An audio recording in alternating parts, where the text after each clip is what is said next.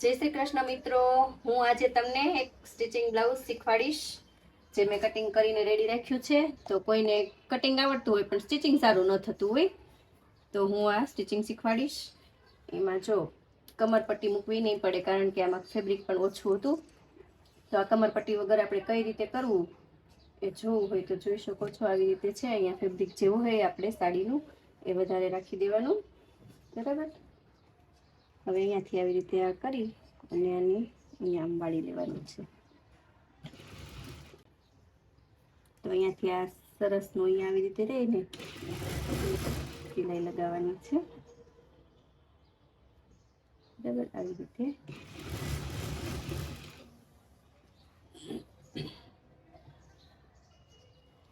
કમરપટ્ટી ઓછી હોય ને પછી કમરપટ્ટી ચડાવવામાં મેચિંગ કપડું હોય ન હોય એટલે અલગ કલરની ચડાવી ન પડે, એટલા માટે કરી દેવાનું.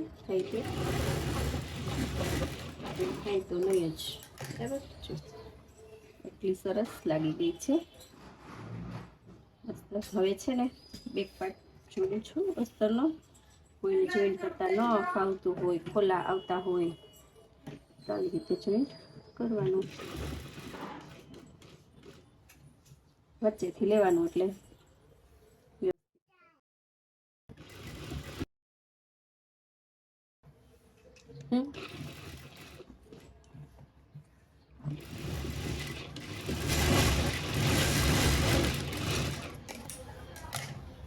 બરાબર. પછી અહીંયાથી લેવાનું, આવી રીતે આમ કરવાનું.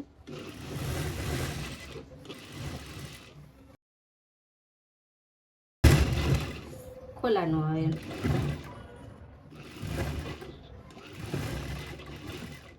નિષ્ણાનો છે એટલે એ વચ્ચે વચ્ચે બોલ્યા કરશે, નહીં સાંભળવાનું. તો પાછું અહીંયાથી લઈ લેવાનું.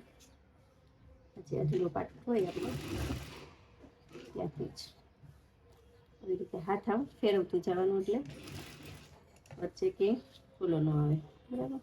આવી રીતે જ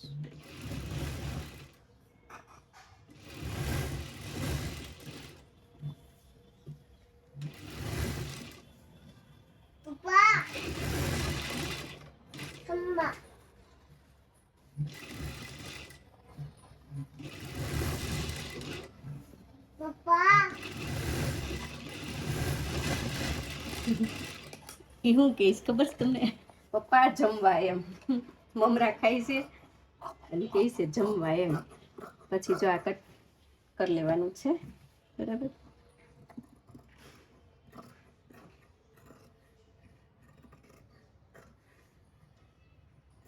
સાડીમાં ક્યારેય આ ગળું પહેલાં નહીં કાપી લેવાનું, તો તમને ક્યારેય અસ્તર જોડવામાં મજા નહીં આવે.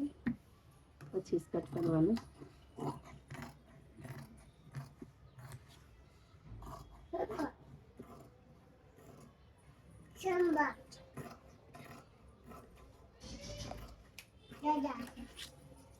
બરાબર.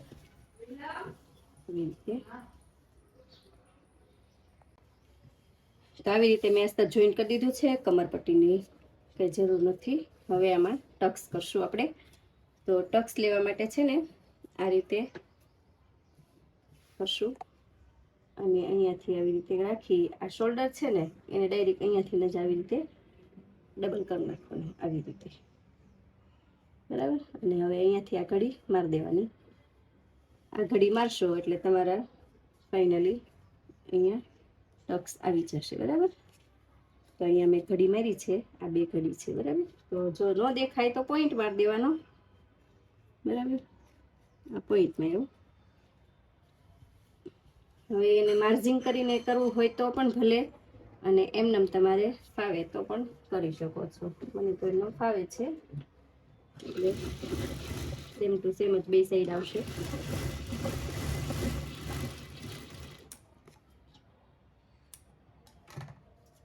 બરાબર. તો આપણો આ ટક્સ લાગી ગયો છે. હવે અહીંયા બીજી બાજુનો ટક્સ લગાવી દઉં છું. આવી રીતે પકડી અને ટક્સ મારી દેવાનો છે. અને જો આમાં ટક્સમાં હું બીજી રીત પણ શીખવાડું કે અહીંયા વચ્ચે સિલાઈ મારી દેવાની. કોઈને અસ્તર છૂટું પડી રહેતું હોય તો આવી રીતે સિલાઈ લગાવી દેવાનું, બરાબર. સિલાઈ લગાવી અને બહાર નીકળી જવાનું આવી રીતે. હવે ત્યાંથી અસ્તર નીચેનું છે ને છૂટું પડશે જ નહીં, આવી રીતે ડાયરેક્ટ જ પકડી લેવાનું રહેશે.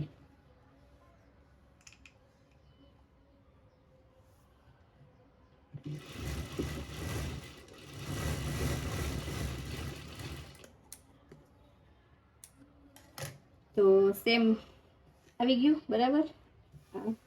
બેક પાર્ટ રેડી થઈ ગયો છે. હવે એને આપણે સાઈડ પર મૂકી દેશું અને હવે આપણે ફ્રન્ટ પાર્ટ કમ્પ્લીટ કરશું. તો વી નેકમાં છે ફ્રન્ટ પાર્ટ, ઓકે. તો પહેલાં એને કવર કરી લઈશું. હવે હું છે ને આ બે પાર્ટ સામસામે ખોલી આ રીતે બે પાર્ટ સામસામે ખોલી લીધા અને ત્યારબાદ હવે એને સ્ટિચ કરી લઈશ, આઉટ સ્ટિચ આ રીતે. તો હવે હું ફરતી સિલાઈ મારી દઉં છું. આ મેં સિલાઈ કરીને બે પાર્ટ કમ્પ્લીટ કરી લીધા છે. તો હવે આની સાથે આપણે અહીંયા એનો પાર્ટ જોડશું. તો એ પાર્ટ પણ મેં સામસામે ખોલી લીધા હતા, પણ એને મેં સ્ટિચ કરીને કવર નથી કર્યો, જોયું આવી રીતે ખુલ્લો રાખ્યો છે, કારણ કે મારે કવર સિલાઈ કરવી હોય ને એટલે.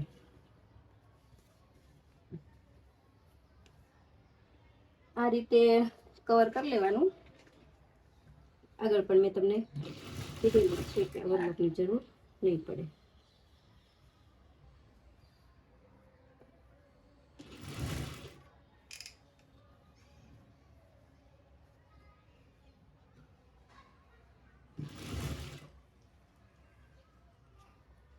નિરાતે આને લેતું જવાનું, નહીં તો ચીપટી આવશે પાછું, બરાબર.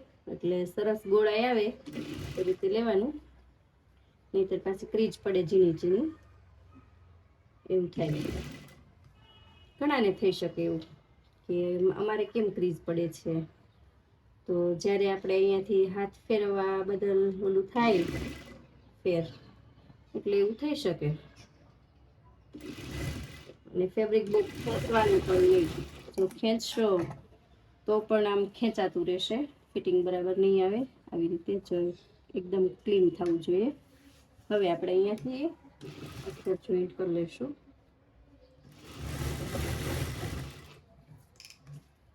મને તો આ સ્ટીક ફાવી ગઈ છે, એટલે ઘણાને ફાવે ન ફાવે આ રીતે કરવાનું. નહીંતર પછી જો ન ફાવતું હોય તો આને પણ પેલા જોડી લેવાનું, પછી બે આવી રીતે જોઈન્ટ કરી દેવાના, આમ મૂકીને છૂટા. આવી તો કવર સિલાઈ ન થાય એમાં, બરાબર.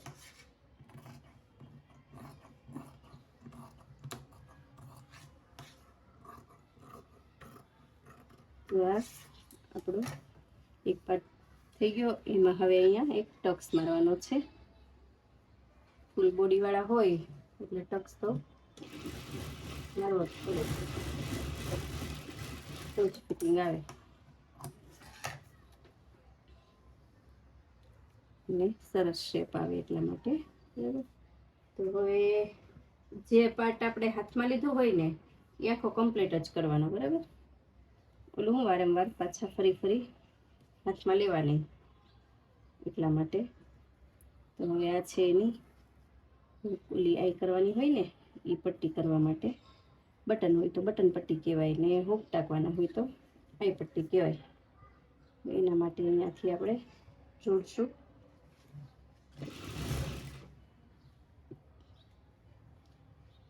આમાં એવું હોય કે બટન પટ્ટી કે આઈ પટ્ટી ઊંધા ભાગમાંથી જોડવામાં આવે અને ચત્તા ભાગમાં લઈ જવામાં આવે, બરાબર. વધારાનું કટિંગ કરી દઈશું. અહીંયા પણ વધારાનું કટિંગ કરી દઈશું. થોડુંક હજી રાખ્યું છે મેં, કેમ કે કવર કરતી વખતે નક્કી ન કહેવાય, થોડું ઘણું આમ તેમ થઈ જાય. તો કપડું હોય તો આપણે કટિંગ કરી શકીએ, નહીં તો પછી તેની કરીએ, બરાબર. કપડું જ ન રહ્યું હોય તો આડું કટિંગ કઈ સિલાઈ આમ તેમ વહી ગઈ હોય તો કેમ કરવું થાય.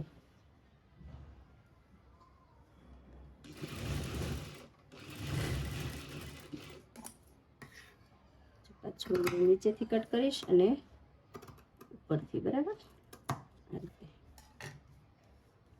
હવે બધાને એમ થશે કે અહીંથી આમ કેમ આવ્યું, પણ આ વીનેક છે એટલે આની ઉપર ઓલું આવી જશે, હૂકની પટ્ટી.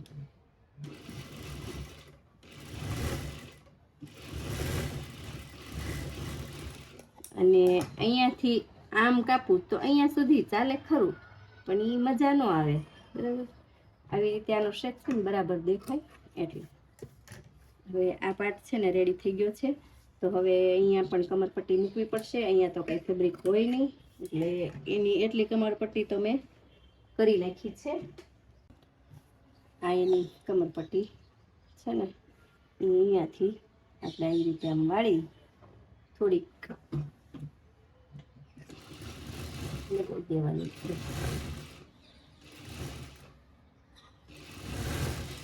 પ્રિન્સેસ કટના બ્લાઉઝ તો આમ તો ઈઝી જ છે હાવ.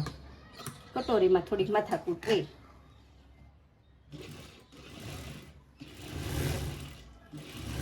ટોપ સ્ટીચ બરાબર. અને હવે આ ફાઇનલી કવર આમ કરી એક સિંગલ સિલાઈ જે કરવાની આવે એ.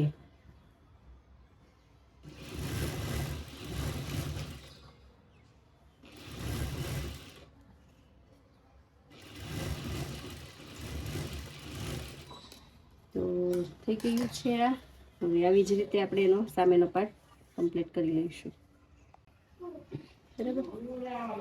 તો આ આપણે અહીંયા આ પાર્ટ તૈયાર કર્યો હતો, અને પછી હવેનો મેં આજે રેડી કર્યો એ હૂફ પાર્ટ, બરાબર.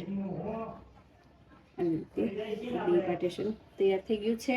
તો હવે ફાઇનલી આને પર આપણે આ મૂકી પાછળનો ભાગ જે બેક પાર્ટ છે એ મૂકી અને શોલ્ડર પેક કરી દેવાના છે, બરાબર. પછી શોલ્ડર પેક થઈ જાય ને એટલે આપણે આ પટ્ટી મૂકશું, બરાબર.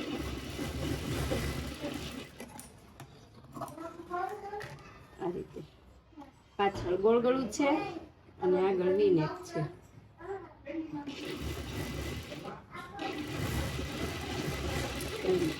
સેજ જો કોઈને શોલ્ડર પડી જતો હોય તો ક્રોસમાં દબાવી દેવાનું.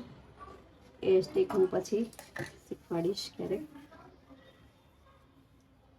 તો હવે છે ને આ શોલ્ડર પેક થઈ ગયા છે, અને હવે આપણે ગળાપટ્ટી મૂકવાની છે. તો એ પણ મેં ઓટીને રેડી જ રાખી છે, જો, બરાબર. તો હવે અહીંયાથી આપણે આટલું છેડો વાળી દઈશું અને અહીંયાથી સ્ટાર્ટ કરશું મૂકવાનું. હવે જો એમ લાગે કે ડાયરેક્ટ પરફેક્ટ વી શેપમાં વી શેપ નથી બેસતો, તો સેજ અમથી આપણે અહીંયા ઉપર એક ચીપટી મારી દઈશું, બરાબર.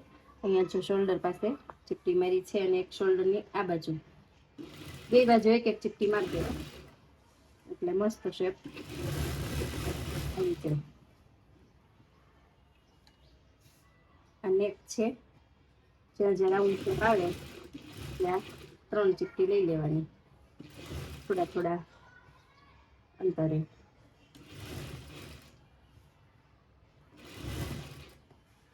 એક રાઉન્ડમાં 3 ચીપટી લીધી, અને બીજો રાઉન્ડ ચાલુ થાય ને તો બીજી 3 ચીપટી લેવાની, બરાબર. કોઈ 2 લે, કોઈ 3 લે, કોઈ 4 લે, 5 લે. કોઈને વધારે ગમતી હોય તો વધારે ચીપટી લે, બાકી 3 ચીપટી એ ફિનિશિંગ તો આવી જ જાય. જેમ આપણે પહેલા શોલ્ડરમાં અહીંયા આગળ અને પાછળ શોલ્ડરથી, બરાબર. તો અહીંયા પણ એક ચીપટી લેવી પડશે, કારણ કે ત્યાં આપણે એક ચોરસ પાર્ટ આવે છે જે આ રીતે, બરાબર.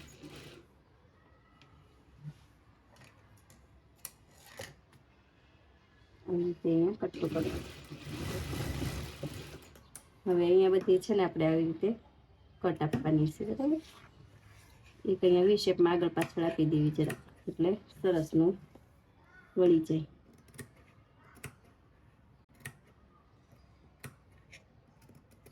એક શેપમાં 3 કટ આપો ને તો પણ ચાલે. જેમ 3 ચીપટી લીધી છે એમ 3 કટ આપી દેવાની, અને અહીંયા આગળ પાછળ આપી દઉં છું. આગળ અહીંયા તો કંઈ આપવાની જરૂર નથી, અને પગ સ્ટીચ સિલાઈ મારી દઈશું, જેમ કે એને ધાર મશીન કહીએ.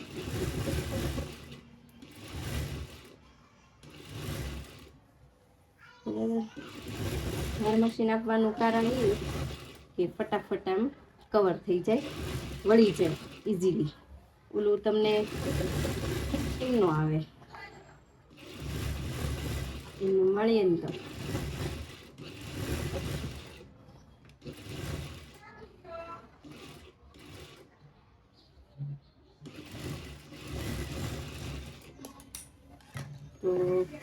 આપણી આ ગળાપટ્ટી છે ને એ મુકાઈ ગઈ છે, અને હવે એને આપણે વળી લેવાની છે આવી રીતે. આ છૂટી હોય તો હવે એને ફોલ્ડ કરવી જ પડશે, આવી રીતે ફોલ્ડ કરવાની છે. અને હું મોટી સિલાઈ લગાવું છું કારણ કે આમાં હાથ સિલાઈ લગાવશે અમારા મમ્મી, એટલે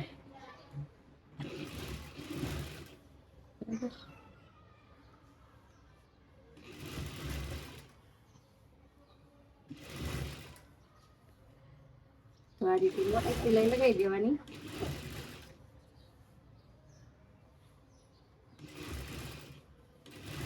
મસ્ત રીતે થઈ જશે.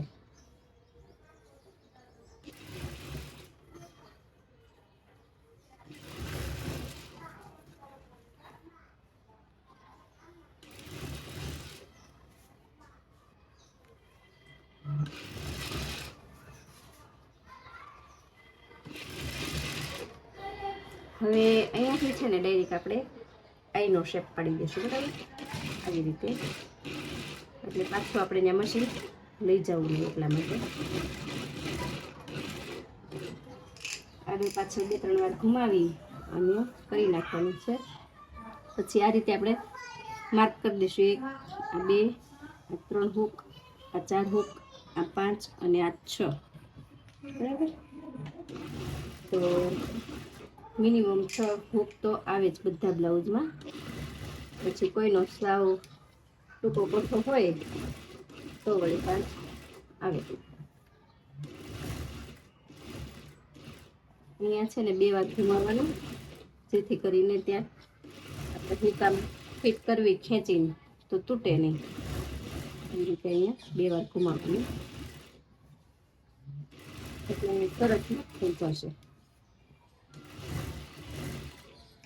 થઈ ગયું મસ્ત અને મજબૂત સિલાઈ થઈ જાય. એટલે બ્લાઉઝ જ્યાં સુધી પહેરે ને ત્યાં સુધી આ આઈને કંઈ માથાકૂટ ન રહે ખૂટવાની.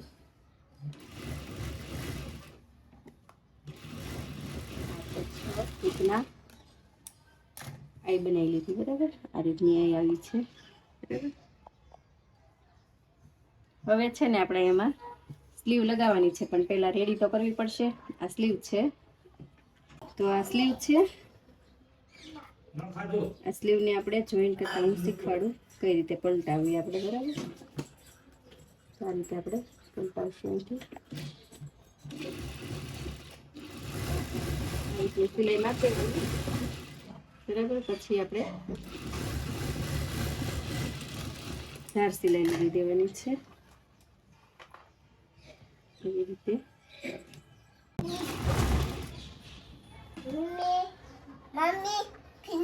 ફિનિશ થઈ ગયું. હા, તો હવે આવી રીતે આપણે ધાર સિલાઈ લગાવવાની છે. અહીંયા આવી રીતે આ કવર કરી દીધું છે અને ફટી સિલાઈ લગાવી દઉં છું. ખોલો ન આવે એ રીતે આપણે સિલાઈ લગાવવાની છે, બરાબર?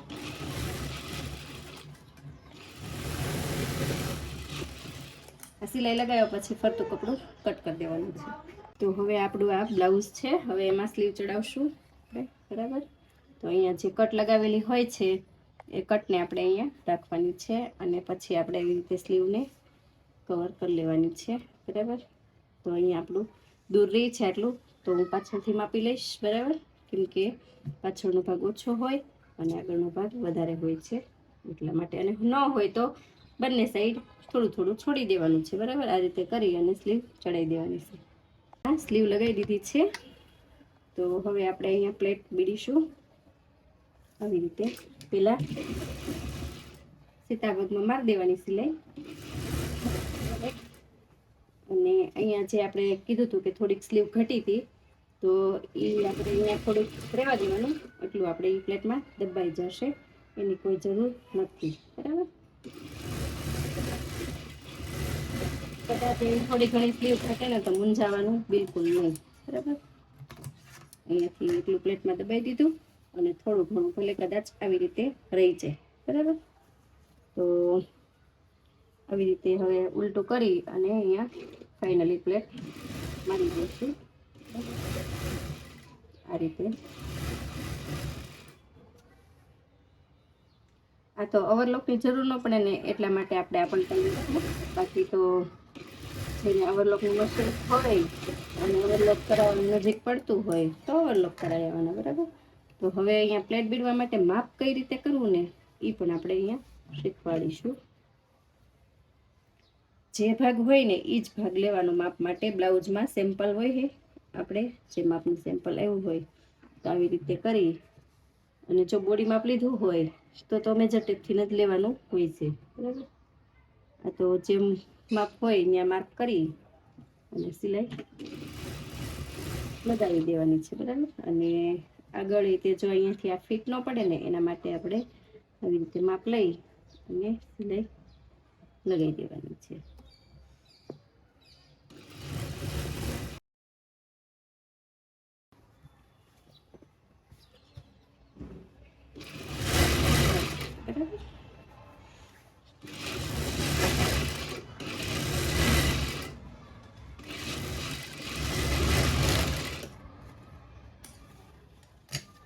તો હવે આપણે અહીંયા 3 થી 4 સિલાઈ આપણે આગળ લગાવી દઈશું.